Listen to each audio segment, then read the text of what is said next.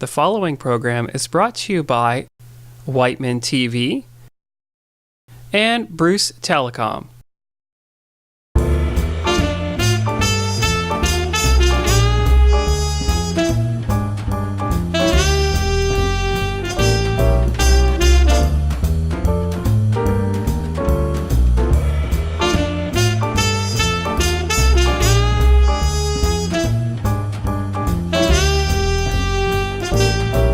Hi, and welcome to this month's edition of What's Happening here in North Perth.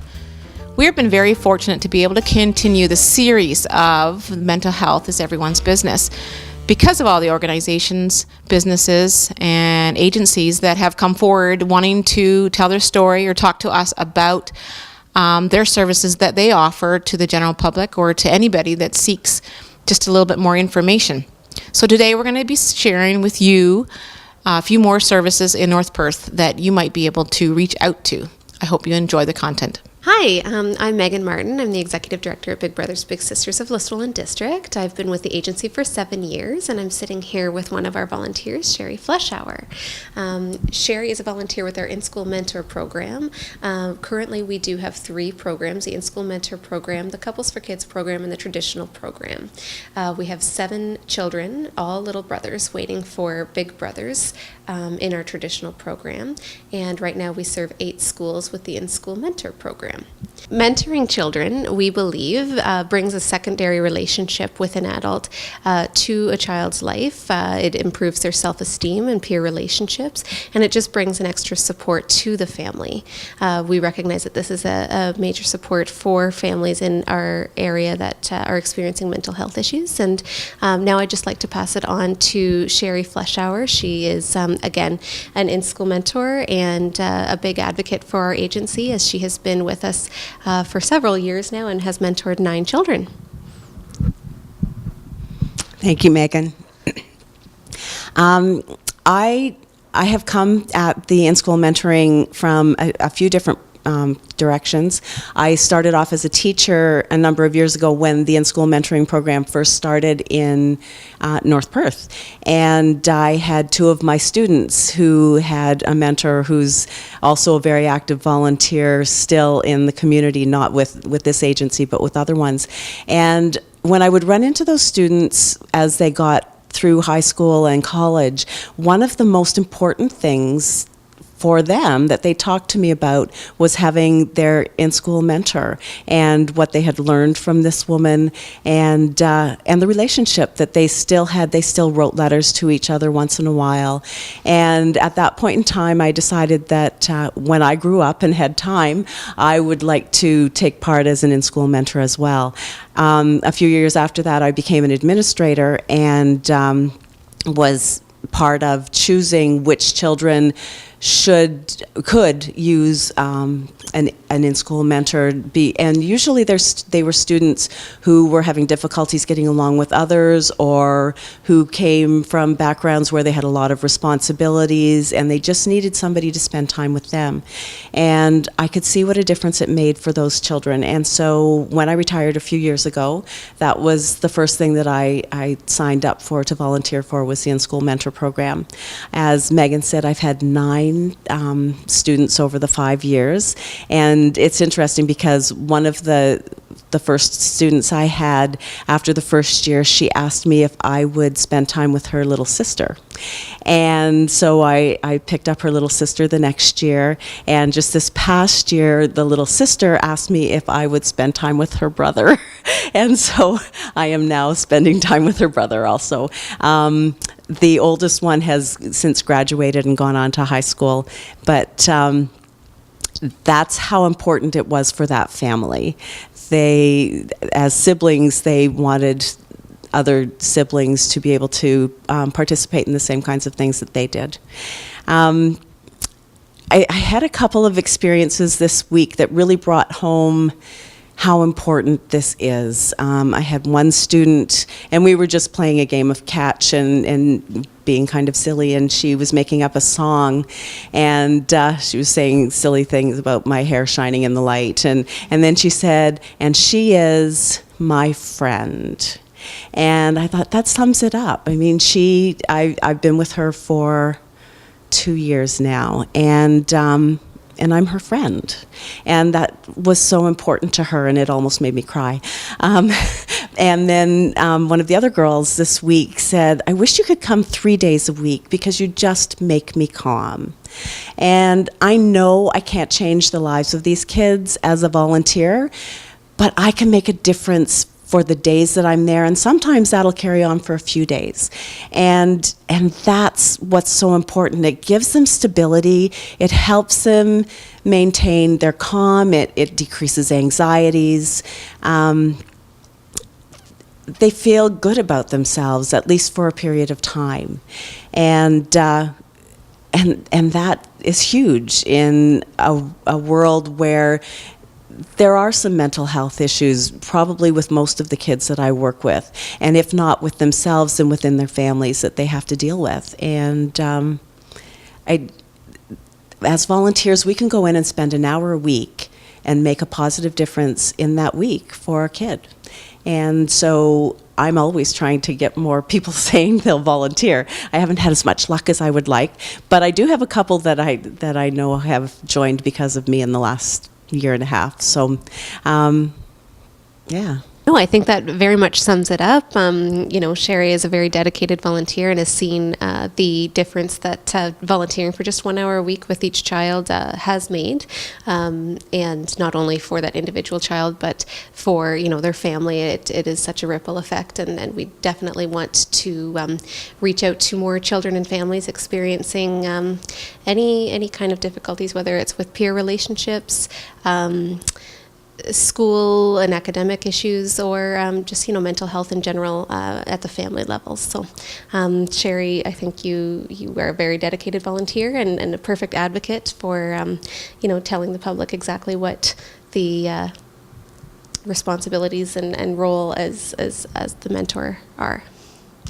I just want to add something based on that. I think from having been able to see what happens from both sides, it's made me realize what a significant difference another person in the child's life can make. And I really feel that I know that it makes a difference. And I know that down the road, the children will look back and think, yeah, I really liked spending time with that person. And I just think it's one of the easiest things you can do to make a difference especially within a small community, by helping children and giving them the support to be the best that they can be. Fantastic. Thank you so much. Like I said, in our traditional program, we have 7 little brothers. They're waiting for big brothers. We're always looking for big brothers, big sisters, in-school mentors like Sheri, and board members for the board of directors. If you are interested in getting involved, please feel free to contact us. Hi, my name is Keira, and I'm with Community of Character. And today we're talking about fairness. And I brought with me today some grade 7, 8 from Mr. Schaefer's class at Listowel Central. Fairness is treating everyone the way they deserve. Someone who is fair values equality and is willing to correct his or her mistake. If you follow the rules and be honest, then you are demonstrating fairness. Sometimes it may be difficult to understand fairness, but it is important to learn how to treat others the way they deserve. When you make sure that others are not treated badly and you do what is right, you are being fair. There are many different ways to show fairness. You can treat others the way they deserve, share with others, listen to what others have to say, give others the respect, time, and energy they deserve, and do not take advantage of others. Fairness is normally taught and known as everyone getting the same things or getting treated the same way.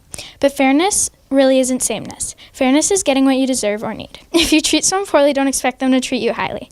When someone works hard to win or receive something, and then everyone else who didn't work at all gets the award because it's only fair, it really isn't fair. Well, at least it isn't fair for the person who worked hard to win the award, while other people might have slacked off. If it was fair, everyone would have got what they deserved. Fairness is also being unbiased. Your opinion can't change or sway based on someone's age, gender, wealth, appearance, or anything like that. If I was a company owner and I had people applying to work for me, a man and a woman, but I decided to give the woman the job just because she was a woman, even though the man deserved the job, that isn't fair. Fairness is shown in everyday life in roughing and umping. To be a ref or an ump, you have to make fair, unbiased calls on every play. If refs or umps didn't do this in the games, they would be chaotic and there would be parents yelling and players would get hurt. To sum this all up, if you're trying to be fair, don't give everyone the same thing or treat them the same way. Give them what they deserve or need. Great job, girls. Thanks for talking about fairness with us. Our character challenge is get to know someone and accept them for who they truly are. This month is our big run. It's on May 28th. We hope you come out and run. For more information, go to our webpage at communityofcharacter.ca. Don't forget to live, work, and play with character. I'm with Sheri from the Alzheimer Society of Perth County, and today we're going to talk a little bit about mental health. And maybe we could start with just you sharing information about the agency. Sure, that'd be great. So the Alzheimer Society of Perth County has been in existence for 27 years, I think, now. We've had a satellite office here in Listowel for the past 6 years, I believe. So we are housed here at 820 Main Street East in Listowel, and we often will use support programs at the Trillium Mutual Insurance Company as well. So we're always very thankful for their support. Our main office is located in Stratford, 1020 Ontario Street. So it's kind of out the east end, I guess, out by the mall. And that's where we're normally stationed if we're not here in Listowel. So between Shelley, Obermeyer, and myself, we spend 2 days a week here in Listowel. And there are program days as well as our days to visit our clients. So some of the things that we do as an Alzheimer's Society, we are one of 36 chapters in the province, and we offer what we call First Link. So First Link is support services for people with dementia as well as for their caregivers. We see people very early on. So it's even that diagnosis, the doctors made that diagnosis or the nurse practitioner has suggested they get in contact with the Alzheimer's Society. And then what we would do from there is offer education. You know, what does this disease mean? What does this diagnosis mean? What are some things we need to start thinking about? How do we go about this? Because really we want people to live well with dementia. And that's really our goal. And I think over the past 20-some years, that's been the shift, is that we never used to see people with dementia early on. We would see them well into their disease and really that support for caregivers. And now we recognize that the person with dementia is first and foremost. They are the center. They are the reason that we are here. So through First Link, we would offer support. We'd offer that education component, and education might be one-on-one. It might be as well with the First Link Learning Series, which is progressive as well. So early on, we would see the person with their caregiver come through that First Link Learning Series and talk about some of the issues that they need to consider. Then we might offer a support group for the person with the disease or for their caregiver, maybe just some one-on-one support as well. And that one-on-one support might be home visits. It might be just connecting with them over the phone on a regular basis just to check in and see how they're going, how they're doing. Really just meeting them where they're at. And it sometimes ebbs and flows through the journey as well, in that we see people, you know, I can think of a number of clients where, you know, we know their phone numbers by heart because we're talking to them like weekly or sometimes twice a week or more. And then sort of things plateau a little bit, and then we maybe don't see them or speak to them quite as often. And it's, you know, maybe every a couple months. So it's really just trying to figure out what does that person need. And I think with dementia, the challenge is that it's never the same, of course, and every day is always a little bit different. So there are those real periods of people feeling overwhelmed and feeling like they're getting to a crisis, and how do we manage that? So through the Alzheimer's Society, we're a good support network for the person with the disease and for their family. So not only just, you know, the support that will carry through the disease too, and that's really one of the things that makes us unique for some of the agencies, is that we don't necessarily close files, you know, when they're like, oh, well, you've been on our roster for 6 months, so you must be fine, you know, and that's not the reality of this disease. So, I mean, I've been with the chapter now for almost 8 years, and I still have people that I met 8 years ago, and you see people transition through the disease, and that's a challenge. But that's also that relationship building that happens, and why people come to depend on us at the Alzheimer's Society for that support as well. So our mandate at the Alzheimer's Society is to provide support and education for both the person with the disease and for their caregiver, and for the family as well, because we often will do some family visits and really just connect with those family caregivers.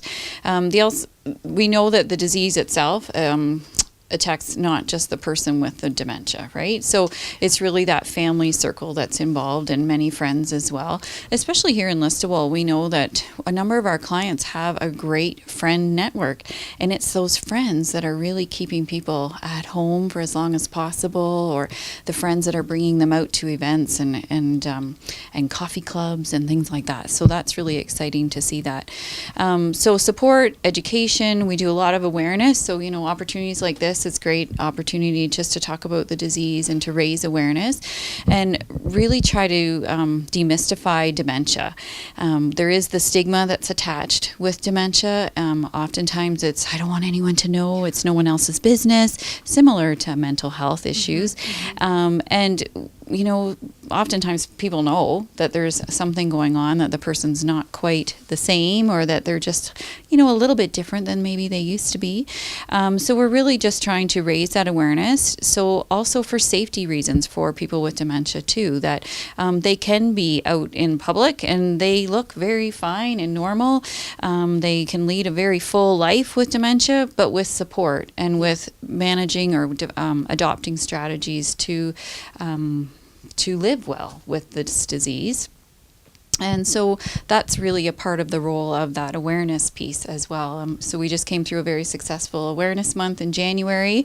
We always think, why do we have January as awareness month? But that's the case. So, but we did have a very successful campaign this year as well. We had a very successful walk for memories that happened in Listowel at the end of January, which was very exciting to be part of. I think our numbers actually doubled, and we met our goal of $10,000 from this community to help support the Listowel office and the clients in North Perth. So it was incredible. So yeah, for sure. And the awareness that we do through the fundraising, because we're not totally funded through the LIN either, we receive about 2/3 of our budget through LIN fundraising or through LIN dollars, but the other third we have to fundraise in order to keep our doors open. So that kind of makes us unique as a health charity as well, in that we are not totally funded, and that fundraising is so important for us to be able to provide the services that we do. We do support, our numbers are growing every year. I think last year we had over 600 clients, and this year we're close to 800 people that we've seen with this disease throughout the year. So our numbers are increasing, and we know, unfortunately, that's the way that's going to continue, right? Our population's aging. They predict that the numbers of people with dementia will be 1.4 million in the next decade at least, less than that, I think. And, it's just, that's the way it's going to go.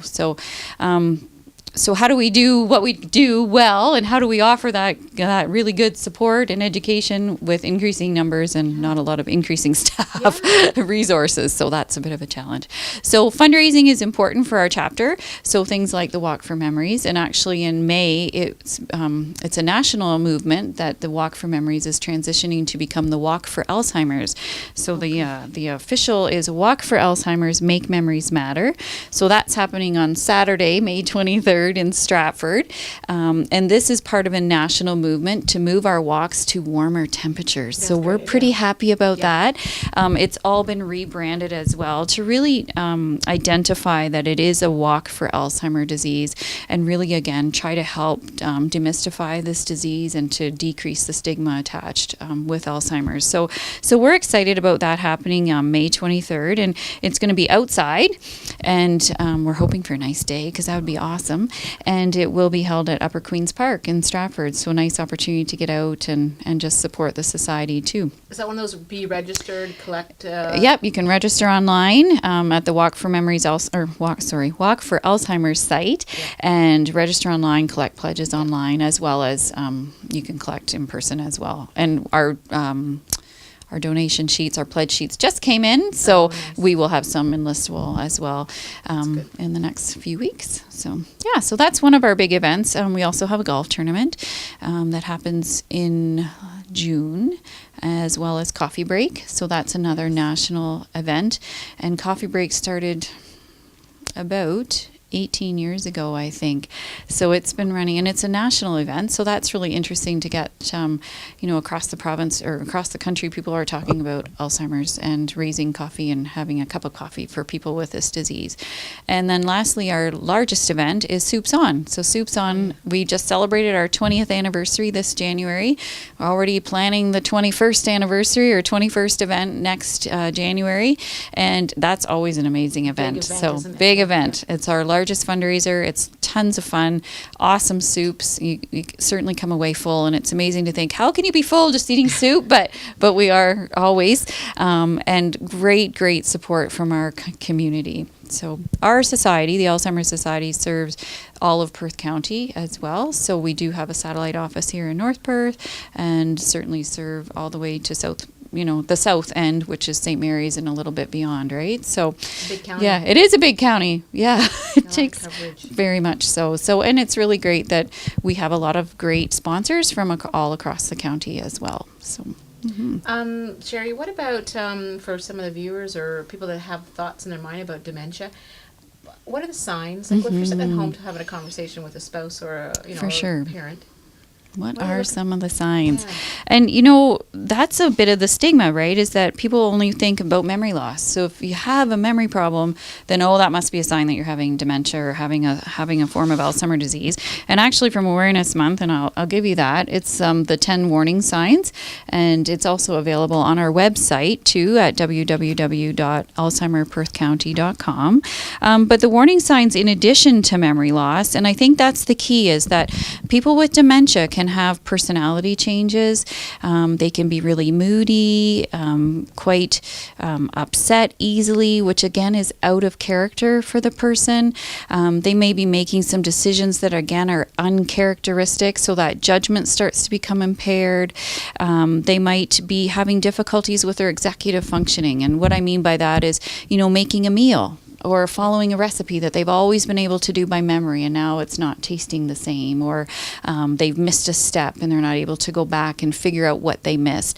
That planning piece that happens with executive functioning, thinking, okay, well, what do I have to do today, and how am I going to do all of that today?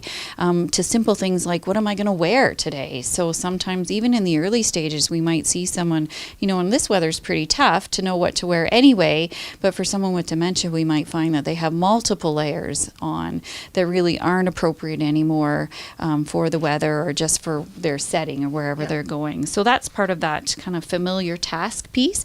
For gentlemen, sometimes it's in the wood shop, where they've always been a carpenter, or they've always been very handy and able to fix things in the house, and now that plumbing problem is just taking forever to fix that plumbing problem. And it's what's familiar for that person, right?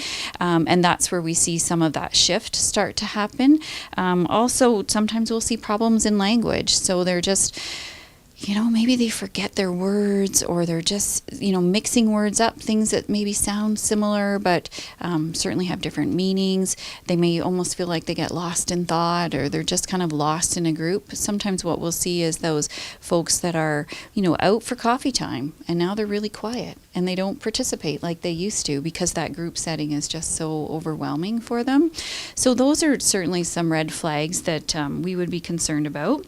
We would also be concerned about people that misplace things, and I know we can all do that, right? But the difficulty for people with dementia is that they've put something that's important to them somewhere safe, and they're not able to retrace their steps, where for most people with just a normal memory loss, it would be, well, eventually it'll come to you where you put it. But for someone with dementia, it's just like that article's gone. They just can't seem to find it or find their hiding place.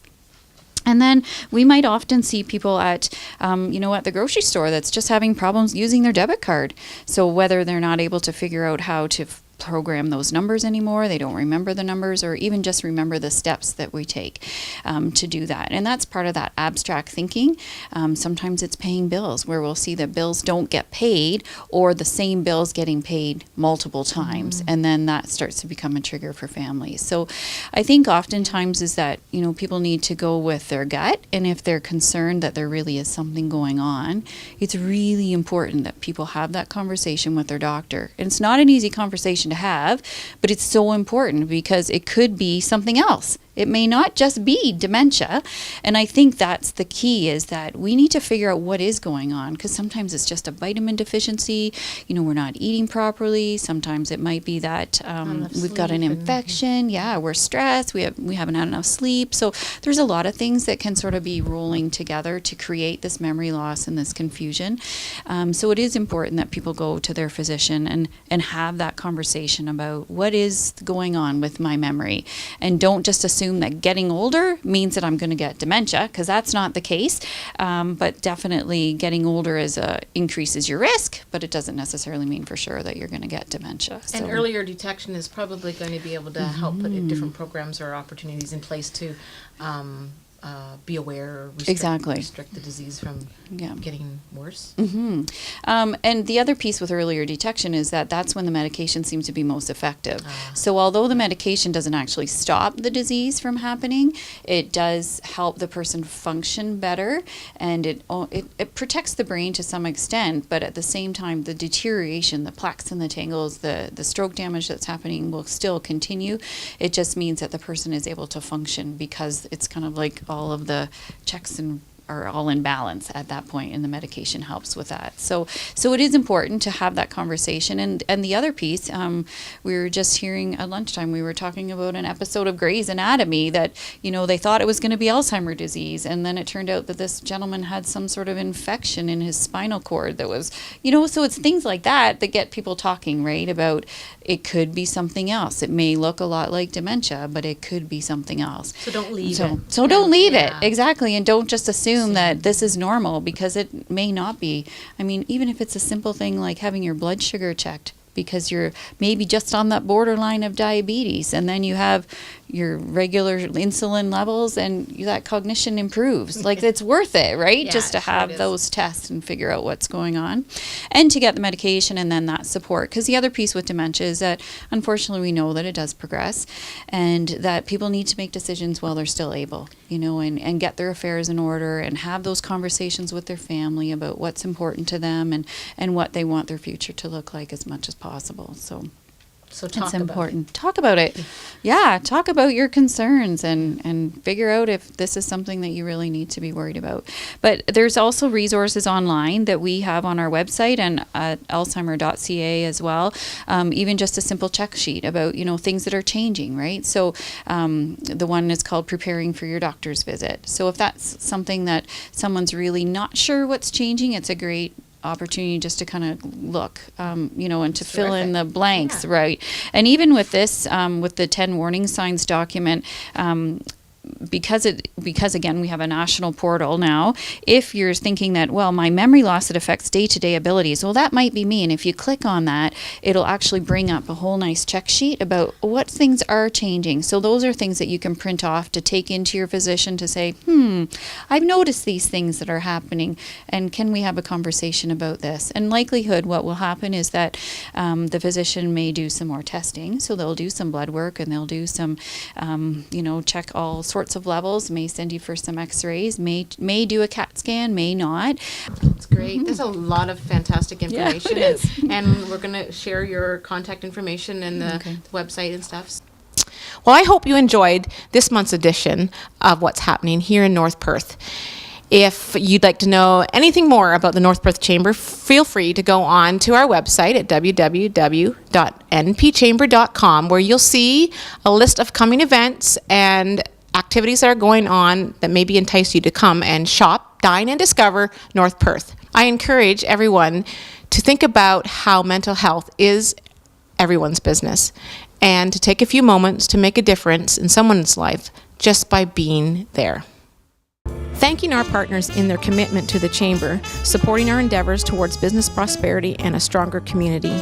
Our partners are Listowel Technology, the North Perth Municipality, Wightman Telecom, Ideal Supply, the Listowel Banner, Cherry Bus Lines, Canada Trust, Libero Credit Union, Conceptual Pathways, and Right Bite Orthodontics.